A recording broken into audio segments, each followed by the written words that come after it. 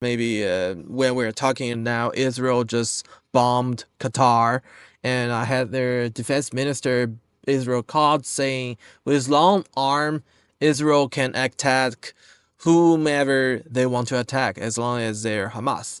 So, well, based on that, seems like the post-World War II international order is being challenged, and nobody knows what Anthony Blinken been yelling the rule-based order, international order, what that even means. So, what's your perspective and view on the falling world order lying in front of us, and what would be the future for the Korean Peninsula? And I think Israel is really just like the most kind of like brazen, unrestrained facet of this kind of this multifaceted sort of like imperial endeavor that's being undertaken.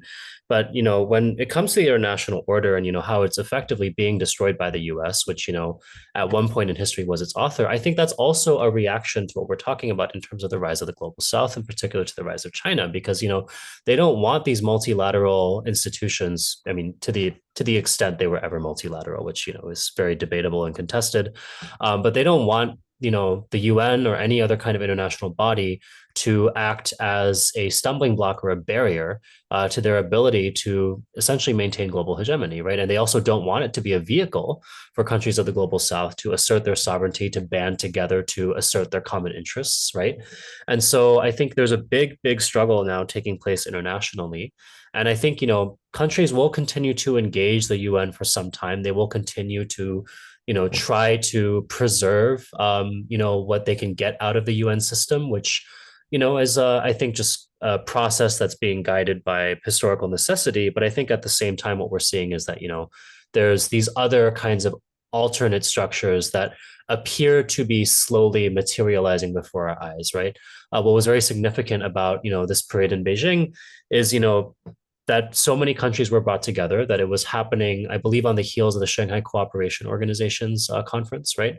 And so, I don't think the SCO is now stepping in as the new UN, right? There are some people who have like tried to make that claim. I think that's far too premature, and I don't think it's what China's doing. But I think what is happening is that some of the kind of initial foundations for something that could replace the UN eventually are starting to be built, right? And I think it's really just a question of, how effectively can those processes be advanced? Can the different sorts of countries and interests with their, very heterodox kinds of systems be held together in that kind of process? And I think, what we're seeing is that, there really are engines to this process, right? I think that, China is incredibly important as like a host and kind of like a platform for, this sort of multilateral process to begin to come together. At the same time, I think that, we have forums like BRICS, which, have, kind of created a lot of the economic foundations. But I also think that, the partnerships between various sanctioned countries, particularly between the DPRK and Russia, have done a lot to actually accelerate this process as well. And I think those two particular states may not be as interested in like building all of the institutional architecture in the way that China is. But the ways in which they're navigating global politics today still has a lot to do with bringing together the different kinds of forces that we are now seeing aligning.